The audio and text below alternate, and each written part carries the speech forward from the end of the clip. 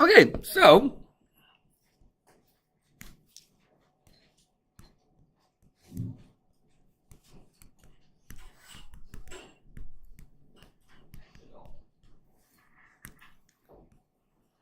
oh my goodness. All right. Oh, it's at an angle. This will be our last lesson of the unit, by the way, so that's exciting.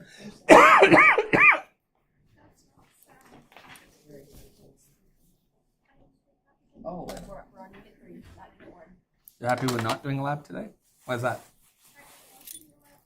Oh no, why is that? Yeah. Well, there you go.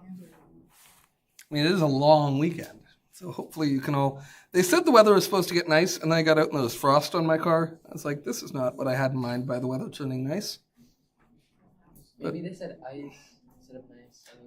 Now I am going to throw this at you. Oh, please do.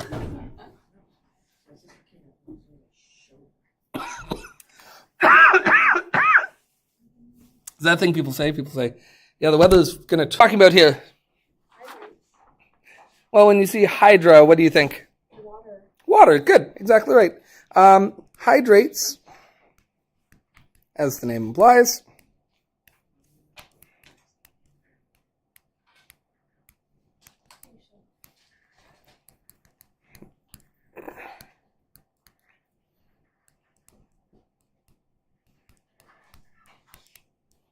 are related to water.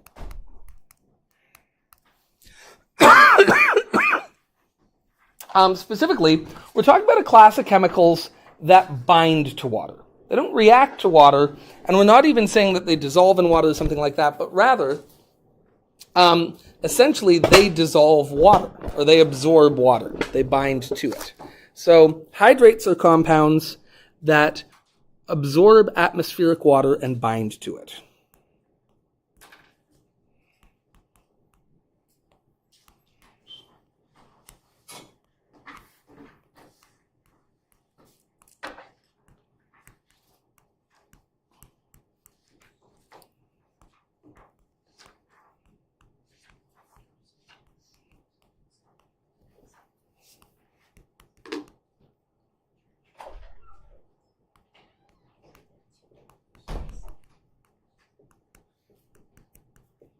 Hello?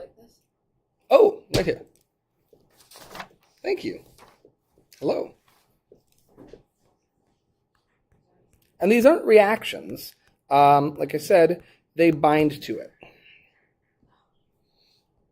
And so water becomes integrated in the crystal structure of the compound.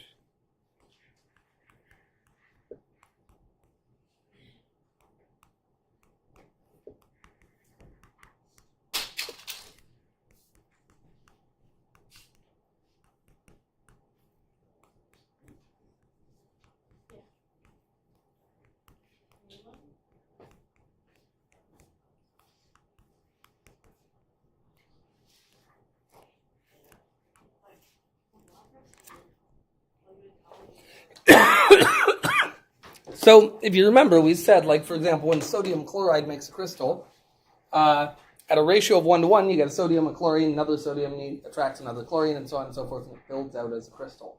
In this case, you get a solid crystal where water is actually part of the crystal structure. Is there an assignment, or is it just... No, we want to be done. We want to be up to 3.3 by 2.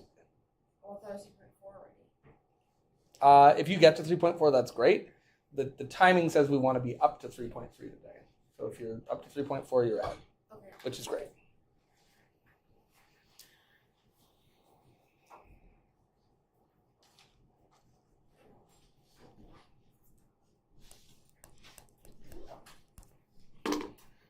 So if we give an example, magnesium sulfate is MgSO4, right? We know that.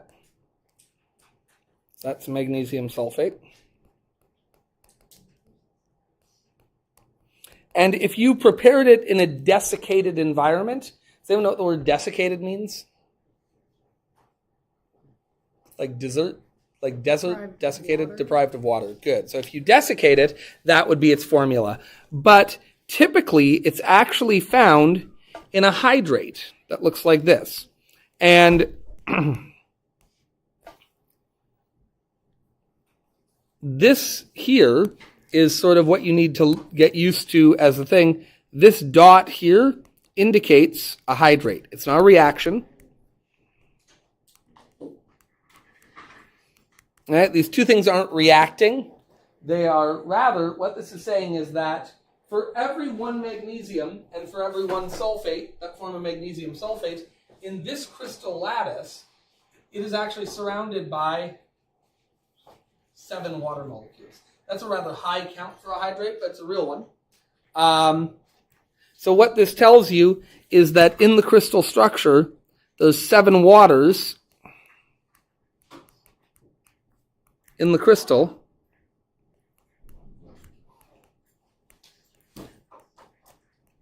For each MgSO4. Yeah, different compounds tend to form different hydrates. We'll actually do a third lab where we determine the formula of a hydrate. Yeah. That's a good question.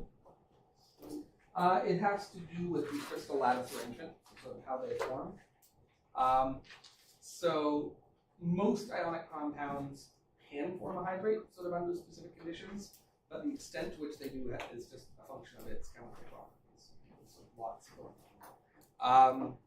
It's sort of a weak answer, I'm aware, but it's sort of the standby answer in all of physics and so all of chemistry is it's energetically favorable to do so. This just is a more stable arrangement than having that water evaporate off, energetically speaking, in normal atmospheric conditions. Now again, if you went and took this and put it in the desiccator and applied a bit of heat, a desiccator is just those little silica gel packs that they put in things to keep them from getting, absorbing too much moisture in the air.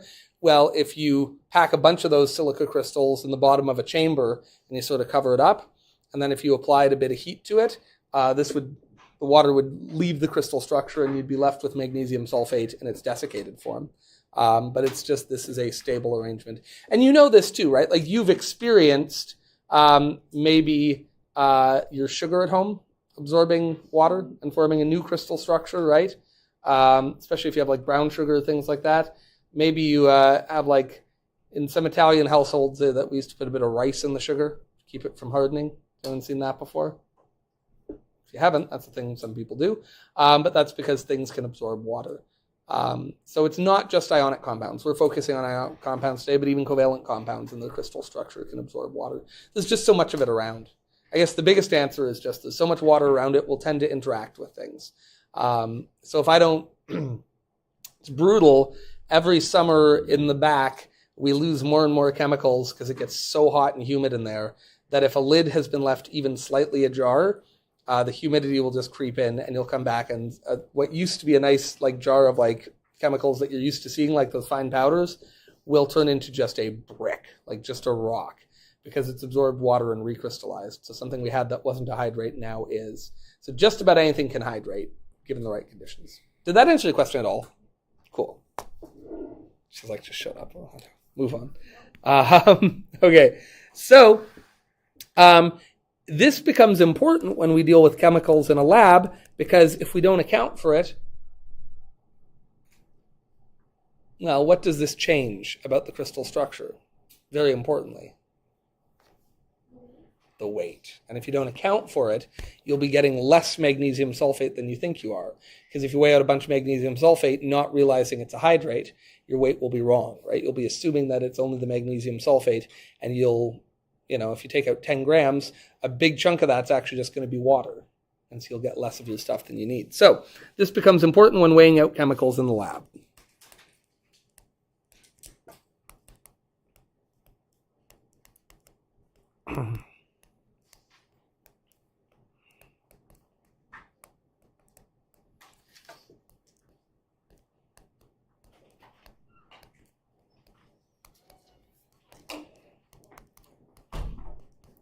It doesn't tend to affect your reactions, especially if you're going to dissolve this stuff in water. It makes no difference whatsoever. Does that make sense? If you're going to dissolve this in water, once you dissolve it in water, what happens to these waters? They destroy in all the other waters. So it doesn't tend to be chemically important.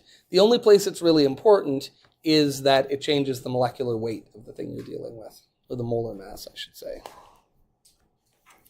So let's look at that as an example. The molar mass of MgSO4, work that out. And then once you've worked that out, also work out the molar mass of MgSO4 heptahydrate. That's what we call that, by the way. Hepta meaning 7, hydrate meaning water. So that's magnesium sulfate heptahydrate. So we would call this the anhydrous form.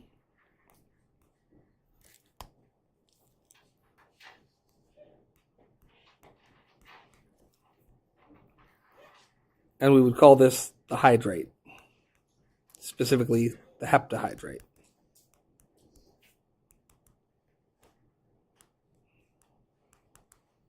So work out the molar mass of each. When you think you got it, you can come put up here. I'm going to make myself a cup of tea. That's what I'm going to do.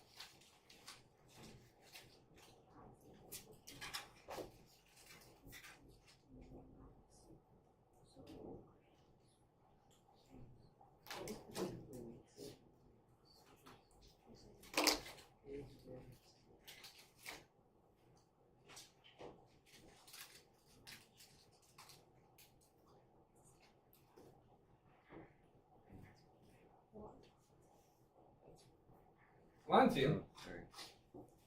Sorry.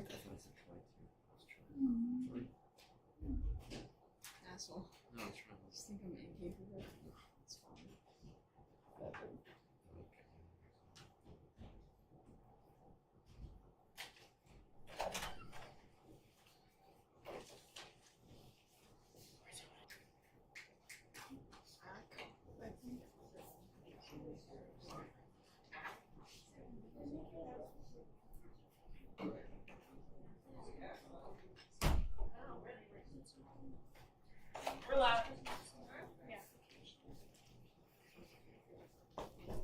Hi everyone, we're with Athletic Council. My name's Caitlin. I'm Caitlin. I'm Brianna. We're here to announce to you guys about the intramural handball tournament happening next Tuesday and Thursday at lunch. Today is the last day to sign up. It is for all students, emphasis on all. Maybe you're super athletic and maybe you're not super athletic. Sign up sheets are by the water fountain. Does anybody have any questions? Yes, Autumn. How many people are signed up? Max of 6 per team. We're looking for 8 teams. And how many teams are signed up? 4 teams are signed up. Dude, she should be up here. No, me and Tyrell were so bad, he wouldn't talk. He told me. Tyrell, do you have anything to say? And I'm like in front of all these grade 9s, I'm like, Yeah, I do this all the time for state council. Yeah, this is my first time doing it, and I was being like stayed out by the whole class. Like, yeah, no. I feel like we're in the way. Yeah. Okay. Have a good day, everyone. Bye. No problem, Owen.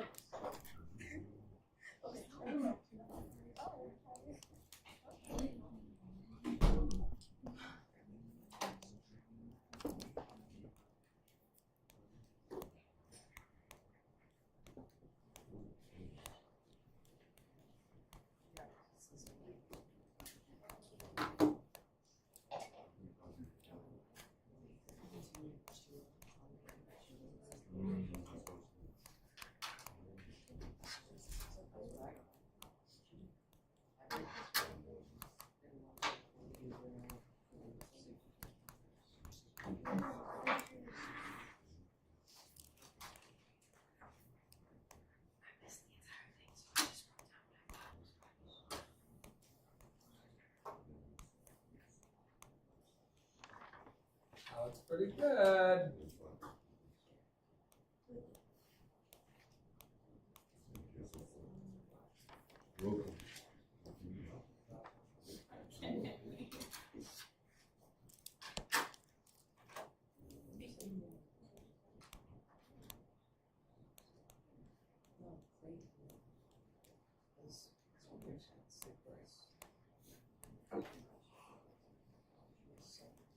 I like that using just the molar mass of magnesium sulfate. You've already got it. That's clever.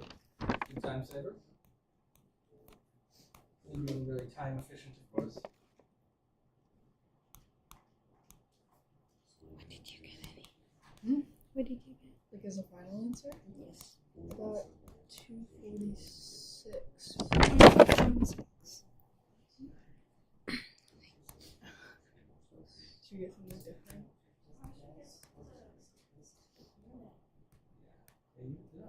I forgot the units, but it's okay. That's habits, right? The math class training.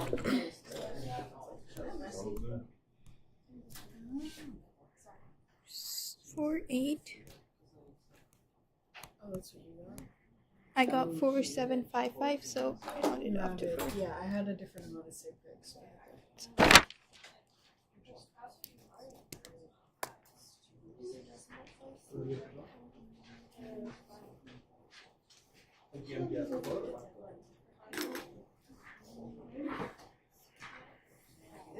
Yes, that's all the water.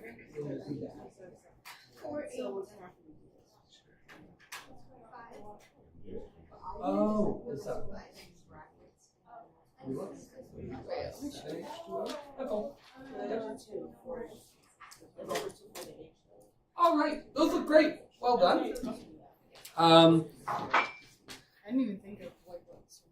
The lack of a space between them is stressing me out. I had anticipated using 2 lines, so I'm just gonna do this. If your page is a little oddly spaced out, you could do the same. Just get a little highlight.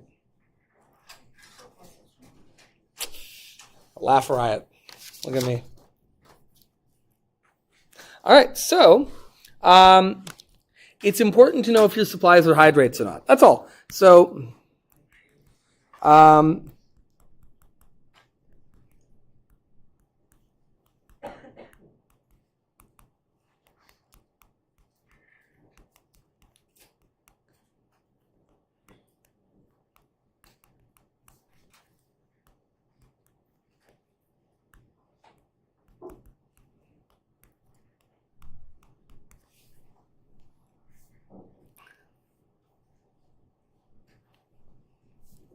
we ignore hydrates when we're doing theoretical work.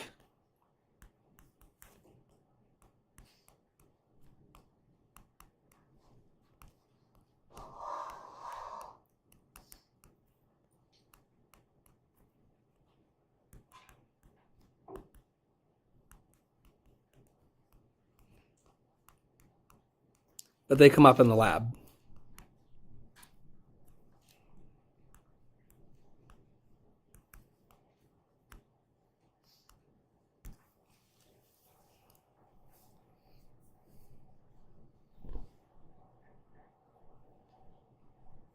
So, for example, hypothetically speaking,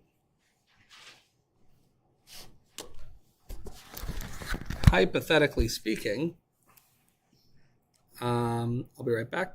Don't worry.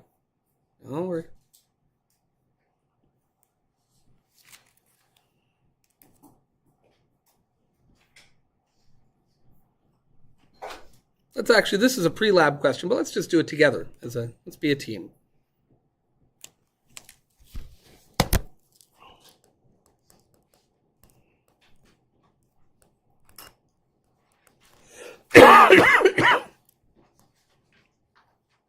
So if we react half a gram of aluminum with 3.5 grams of copper chloride, if copper chloride is a dihydrate, we're going to have to factor that in when working out the molecular weight. Does that make sense?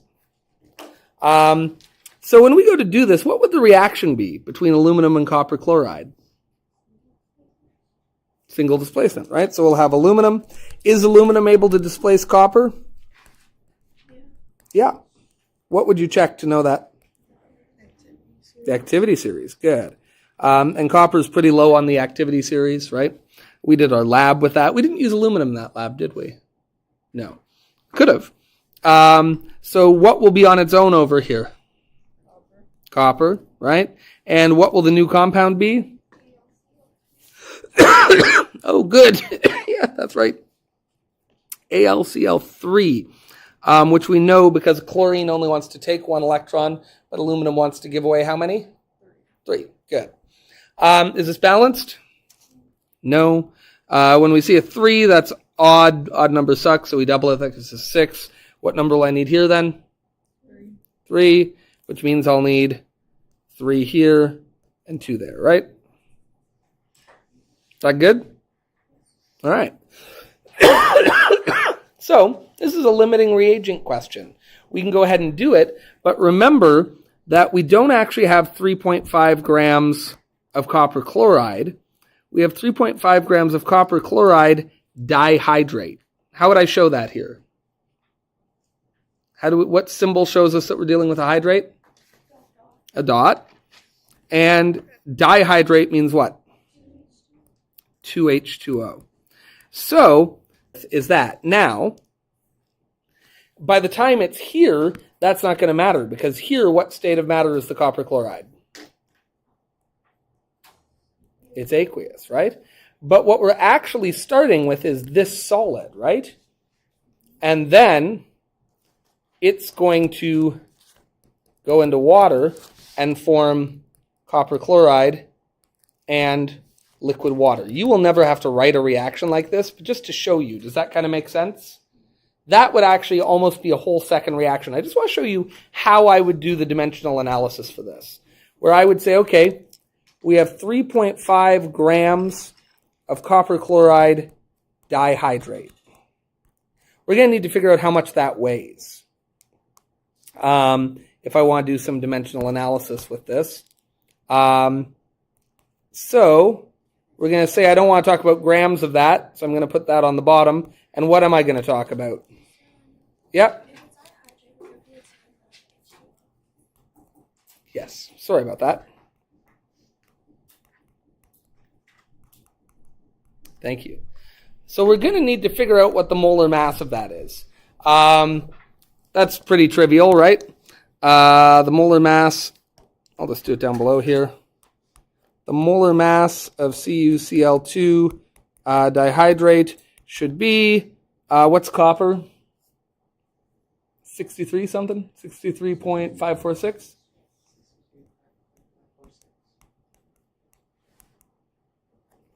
And 2 chlorines, which are 35.4527.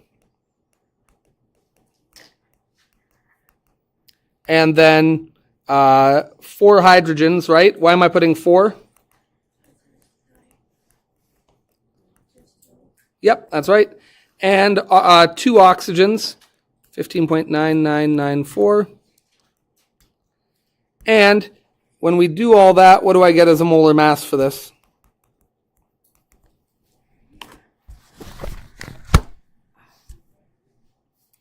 Uh, 60.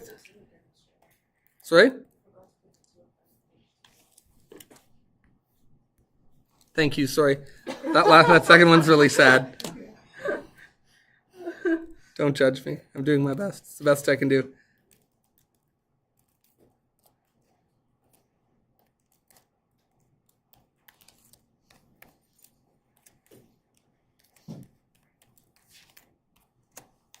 and I get 170.48196. Does anyone else get that? And I feel like I end up with a couple extra decimals there because I only have 3 decimal places here. So we'll say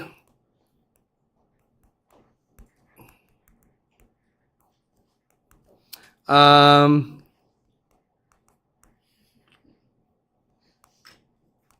way I don't forget. If I make it real big, I won't forget.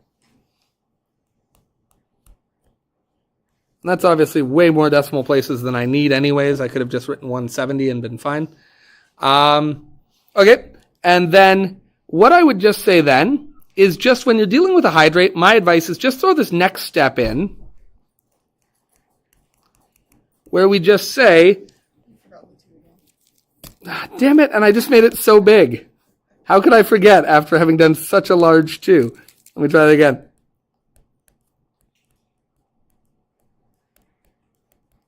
You know why? It's because I just do the 2, so I think I've done the 2, right? Like I just did the little one. Anyway, the easiest thing is just convert hydrate to anhydrate here, which actually doesn't even matter mathematically because it's always going to be 1-to-1. But just, if it helps, just say we don't want to talk about moles of the hydrate because that's not actually in our reaction. But for every mole of hydrate, we get 1 mole of the anhydrate when we dissolve it in water. Does that make sense? And again, if you skip this step, you'll actually be fine numbers-wise. It's not changing anything. It's just so if you really want to track the units, they still add up. Does that make sense? Again, you can totally skip this step, and math-wise, you're going to be fine.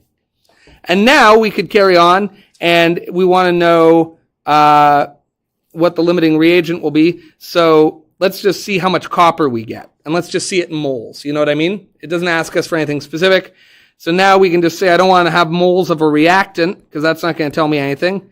I want moles of a product, and I'm picking copper because in the lab, that's the thing we're going to collect. Does that make sense? In this lab, how many moles of CuCl2 do I use? 3. How many moles of copper do I get? 3. Okay, so we could do that math. And that math is just 3.5 divided by 170. That's going to be roughly 2 times 10 to the negative 2. So this should be like 0.02-ish. 0.0205. And that really only gives us 1 sig fig, so there are 2 sig figs rather. So if we used up all of the copper chloride anhydrate, we would expect to get 0.020 moles of copper. Does that make sense? And then, of course, the other thing we've been given is 0.5 grams of aluminum. This one is absolutely trivial. We don't want to talk about grams of aluminum. What do we want to talk about? Yeah, we'll talk about moles. How many grams in a mole of aluminum?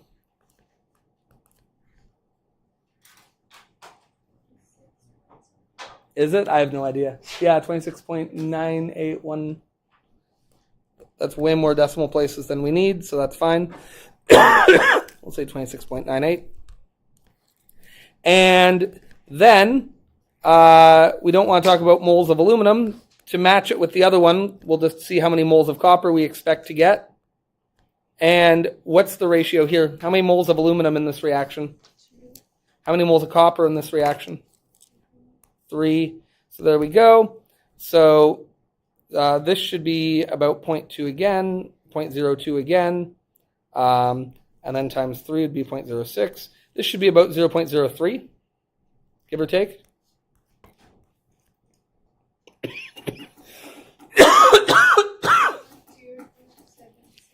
0.027. Okay, so 0.28 then. Yeah, but that will round then to 2.8, right? Is that cool? So, if we used up all of our copper chloride, we'd expect to get 0.02 moles. If we used up all of our aluminum, we'd expect to get 0.028 moles. Which one will run out then? Yeah, copper chloride's going to run out. Well, we'll just answer it below, since that was the question.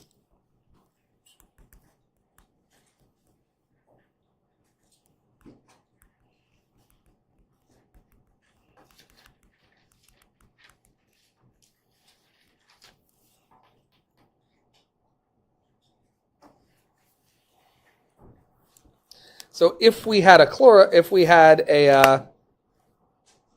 hydrate, the copper chloride would end up being the limiting thing. If we didn't use the hydrate to make this, by the way, you would have substantially more actual copper chloride in there, and it probably wouldn't be limiting. But does that make sense?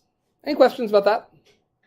Cool. All right, that's it for today. You guys can work on whatever you need to work on. Yeah.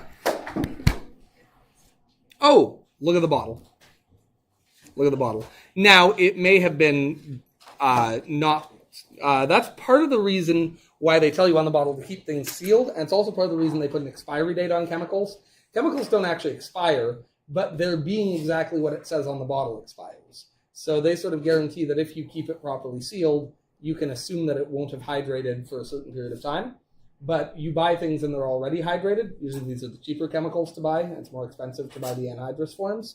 It'll say right on the bottle. It'll say which hydrate it is. And some things you simply can't get to stay anhydrous. If there's the slightest hint of moisture around it, will absorb it. So it really does depend. That's a good question.